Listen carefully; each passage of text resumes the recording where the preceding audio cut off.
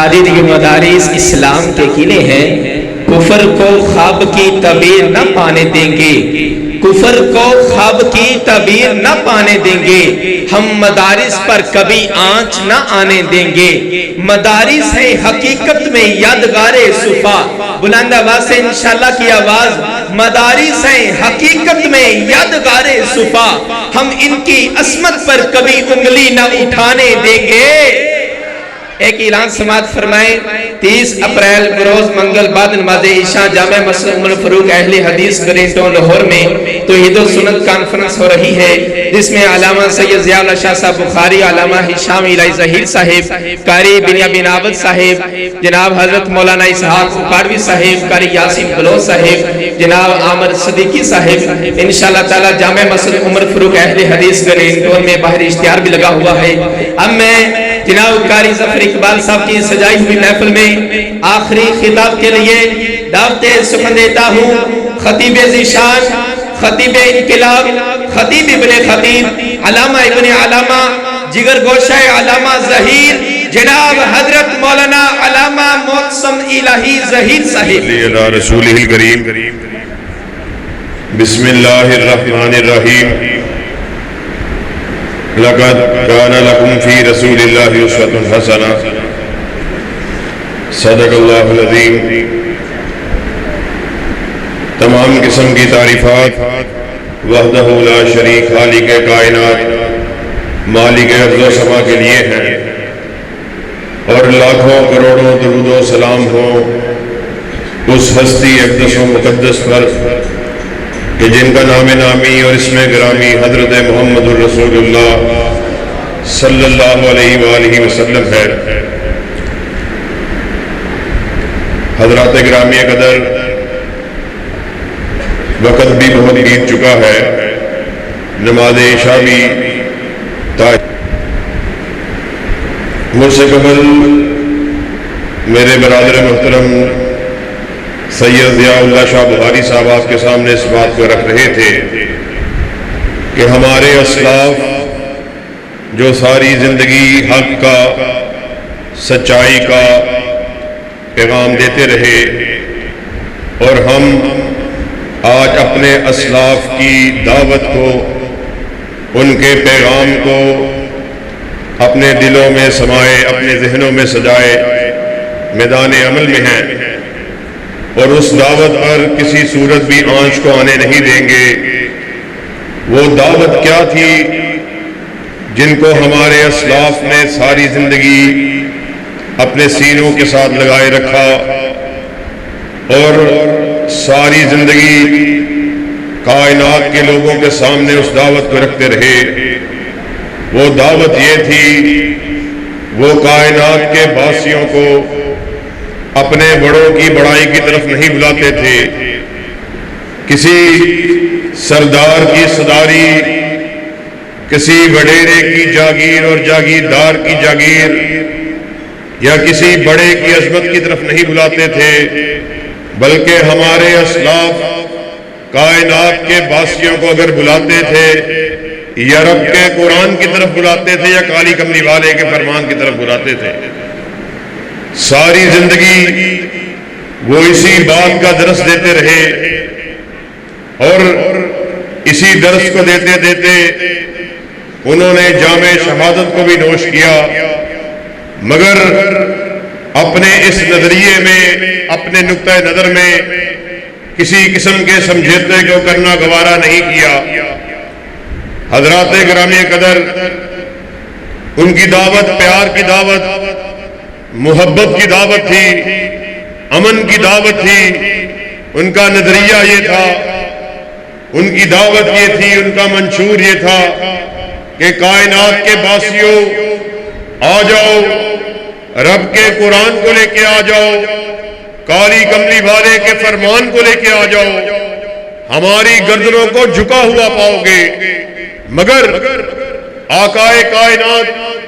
جس کی ذات کی عظمت کے دعوے دار تم بھی ہو، جس کے ساتھ محبت کے دعووں کو قائم کرنے والے تم بھی ہو، ہم بھی ہیں،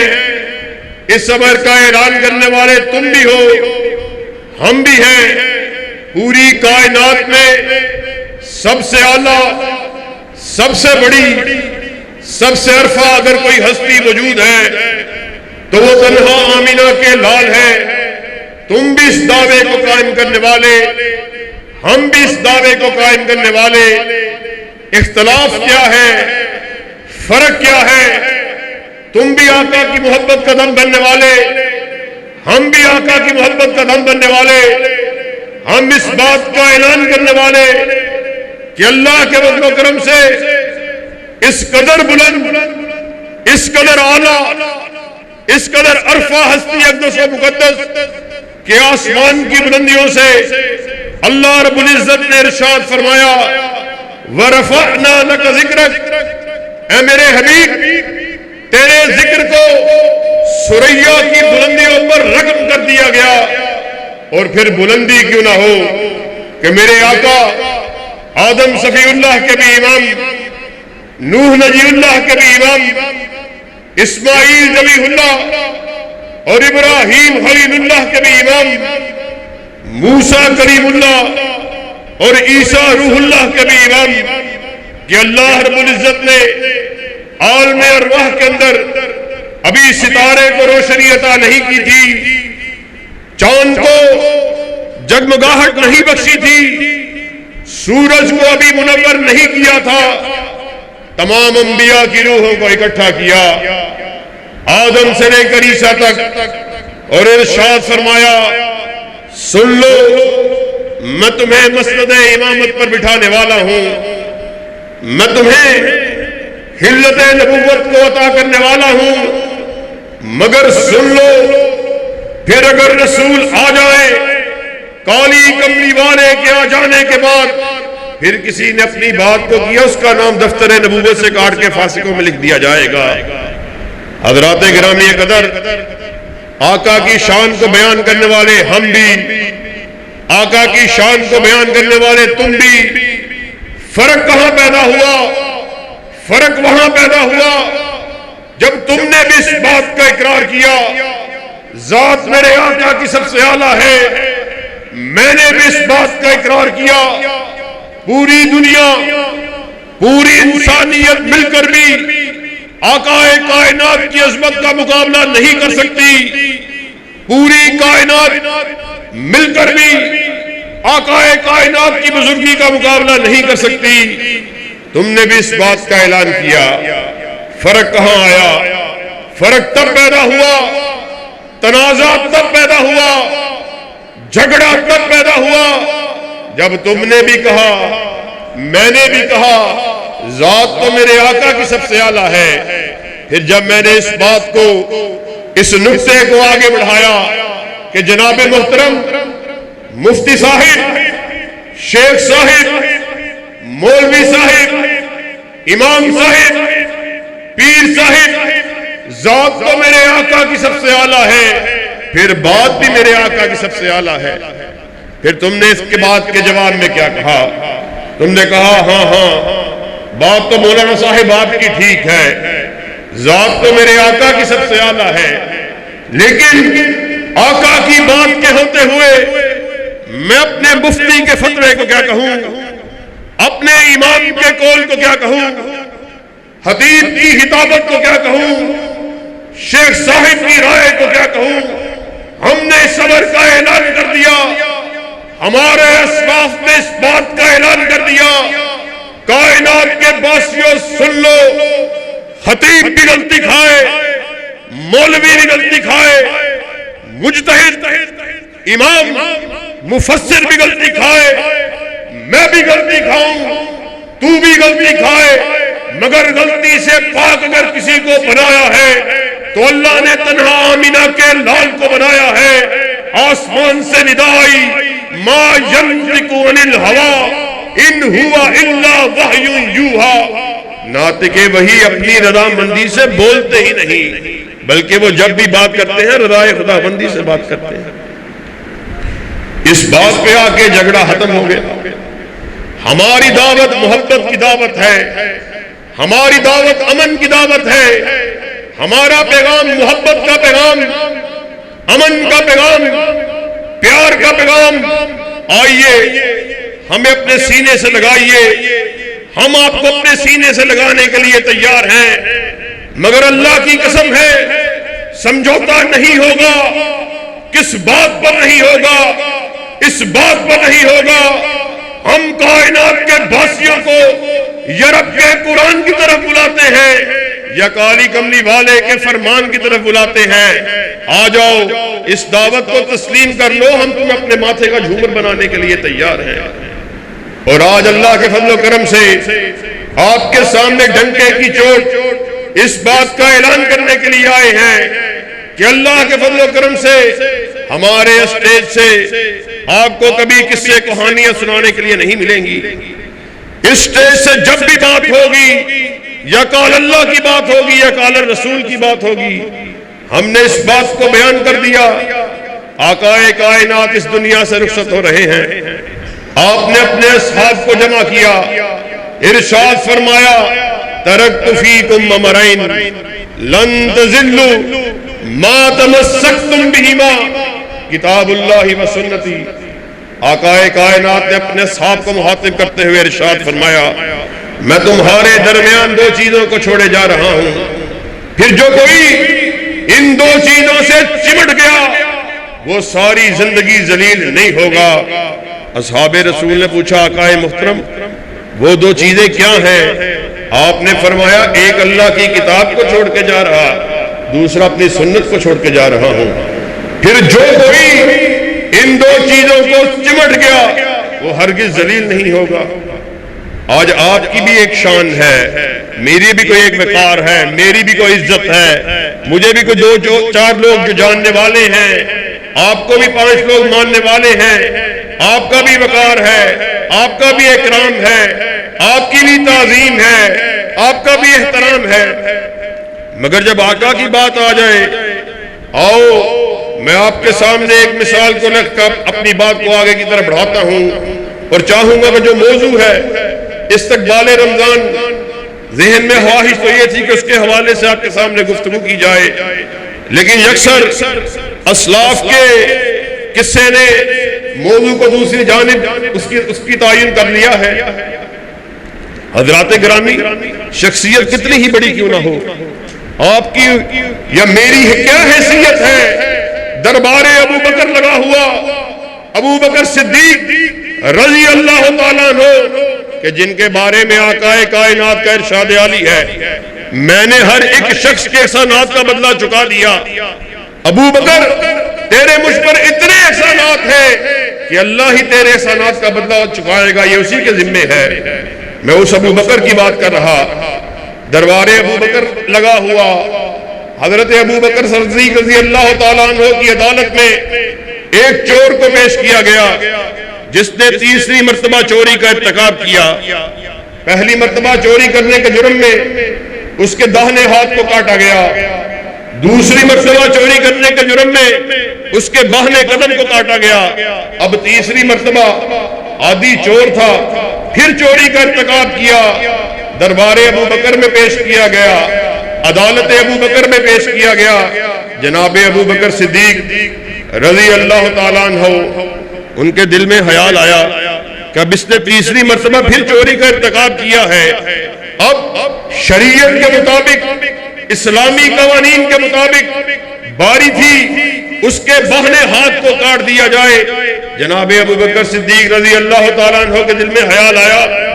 کہ اگر اس کے باہنے ہاتھ کو کاٹ دیا گیا تو اسے رفع حاجت جیسے اور دوسرے امور زندگی کو نبھانے میں مشکلات کا سامنا کرنا پڑ سکتا ہے۔ آپ نے اس کی اس حد کو ساکت کیا۔ پاس ہی جناب عمر فاروق موجود ہیں، حضرت عمر فاروق نے حضرت صدیق کی بات کو سنا، کہا تڑپ اٹھے صدیق تمہاری بات اپنی جگہ ٹھیک، لیکن السنت ید، ہاتھ کو کاٹنا مدینے والے کی سنت ہے، نبی کا حکم موجود ہو، نبی کا فتویٰ موجود ہو، نبی کا قول موجود ہو، ابو بکر تیری بات کو نہیں مانا جا سکتا۔ ساتھیو،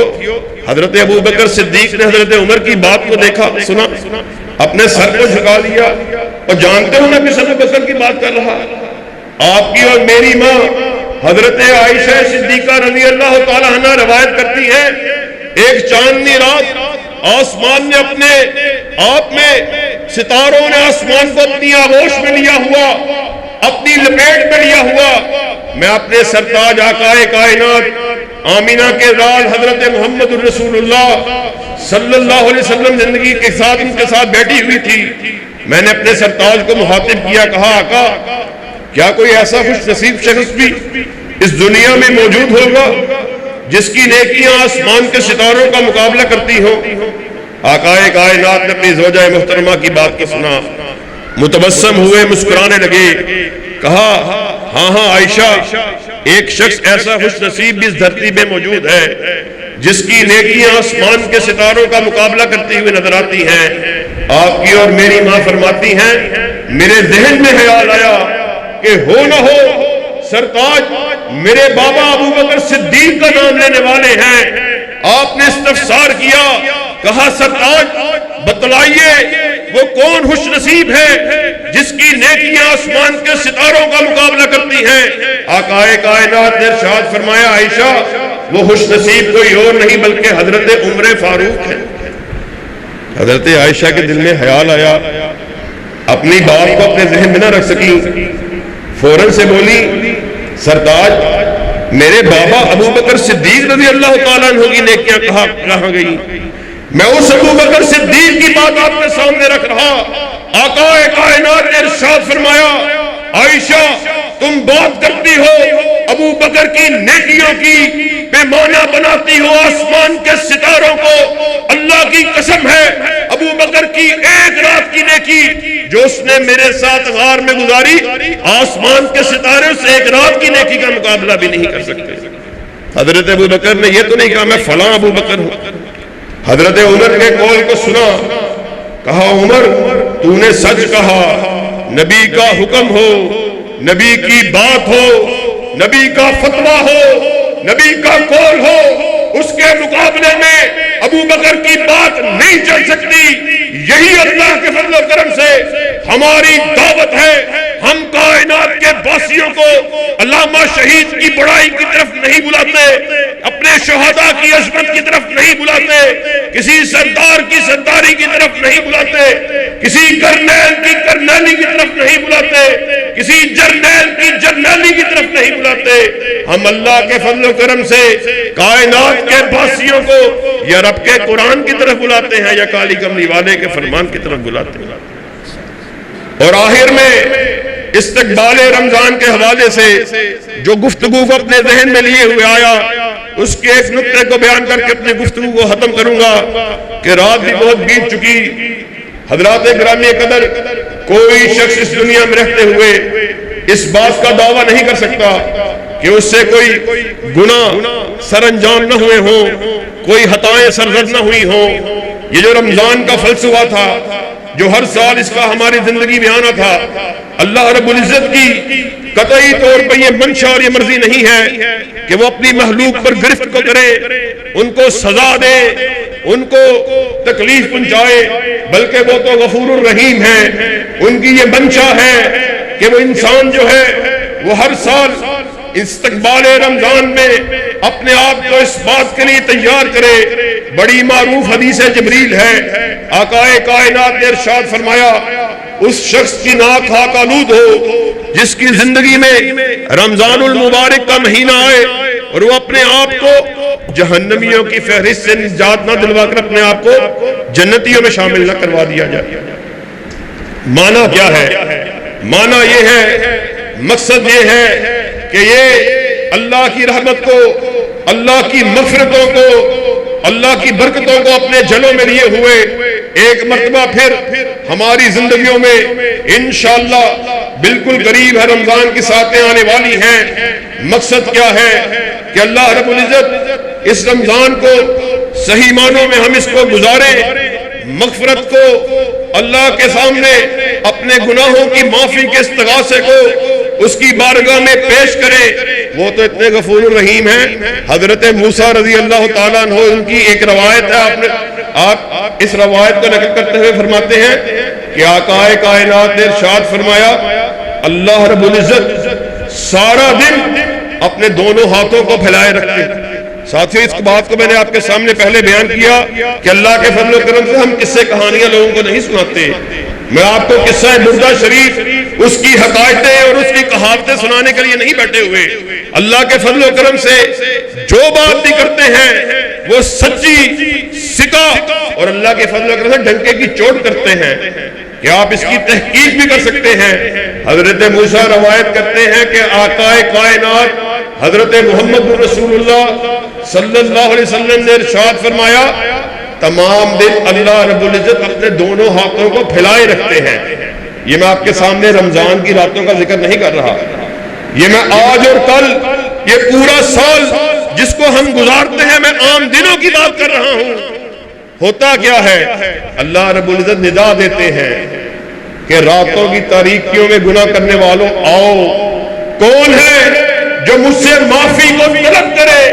میں اس کو معاف کروں۔ ساتھیوں، ایک پھل فروش اپنے پھل کو بیچنے کے لیے جب اس بات کو، اس ریٹ کو نقل کر رہا ہوتا ہے کہ 100 روپے کلو سیب ہیں، تو آپ اور میرے دل کوئی ایسا شخص ایسا موجود ہے جو اس کی بات پہ شک کرے کہ میں اگر اس کو 100 روپیہ دوں گا تو وہ بدلے میں مجھے 100 روپے کے جو آواز لگا رہا ہے کہ 1 کلو آپ کو میں سیب شاپر میں ڈال کے دوں گا۔ ہمیں کسی کو اس بات پہ شک ہے کہ ہم اس کو 100 روپیہ دیں وہ ہمیں 1 کلو سیب نہ دیں؟ ایک پھل والے کی بات پر ہم کو شک نہیں، یہ اللہ رب العزت آسمان کی بلندیوں سے آپ کو اور مجھے ندا دے رہے ہیں۔ کون ہے جو راتوں کی تاریکیوں میں گناہوں کو سر انجام دے بیٹھا ہے؟ وہ آئے مجھ سے مغفرت کو طلب کرے، میں اس کو معاف کروں۔ اور پھر یہی معمول رات کے وقت کا ہے کہ اللہ رب العزت اسی طرح رات کو اپنے دونوں ہاتھوں کو ہمیں معاف کرنے کے لیے، ہم پر رحم کرنے کے لیے، ہم پر رحمت کرنے کے لیے اپنے ہاتھوں کو پھیلائے رکھتے ہیں کہ کون ہے جس نے دن کے اجالے میں گناہ کیے، وہ آئے مجھ سے مغفرت کے قبل اس کے استغاثے کو طلب کرے، میں اس کو معاف کروں۔ ساتھیوں، حضور نبی محترم صلی اللہ علیہ وسلم کا ارشاد عالی ہے، کل بنی آدم خطاء وخیر الخطاء التائبون۔ معنی کیا ہے؟ ہر شخص غلطی کرنے والا ہے، بہترین غلطی کرنے والا وہ ہے جو اپنی غلطیوں پر ندامت کا اظہار کرے، پشیمانی کا اظہار کرے، اللہ کی بارگاہ میں آ کر اپنی غلطیوں کی اس کے سامنے استغاثے کو رکھے۔ اللہ رب العزت تو انسان کے گناہوں کو معاف کرنے کے لیے تلے بیٹھے ہیں۔ اور قرآن مجید میں اللہ رب العزت نے بڑی صراحت کے ساتھ اس بات کو ارشاد فرما دیا، لا تقنطوا من رحمت اللہ، کہ اللہ کی رحمت سے نا امید نہیں ہونا ہے، وہ آپ کے سارے گناہوں کو معاف کرنے پہ قادر ہے۔ ساتھیوں، موضوع طویل ہے، میں انشاءاللہ اپنی بات کو اسی بات پر ختم کرتا ہوں جو جو استقبال رمضان کے حوالے سے جس بات کو آپ کے سامنے رکھنا چاہتا ہوں وہ یہ ہے کہ رمضان کی آمد ہے۔ جتنے بھی اعمال رمضان کے سلسلے میں بتائے جاتے ہیں قرآن و حدیث کی روشنی میں، قیام کی حالت میں، روزہ رکھنے کے حوالے سے، صدقے کے حوالے سے، قرآن کی قرات کے حوالے سے، لیلۃ القدر کی جستجو کے حوالے سے، سب کا مقصد، سب کی منشا، سب کی مراد یہ ہے کہ انسان اپنے آپ کو، گناہوں کو اللہ کے بارگاہ میں اس کے استغاثے کو رکھے، اس کی مغفرت کو طلب کرے اور اپنے آپ کو جہنمیوں کی فہرست سے نکال کر اپنے آپ کو جنتیوں میں شامل کر دے۔ اللہ رب العزت سے دعا ہے جو کہا گیا،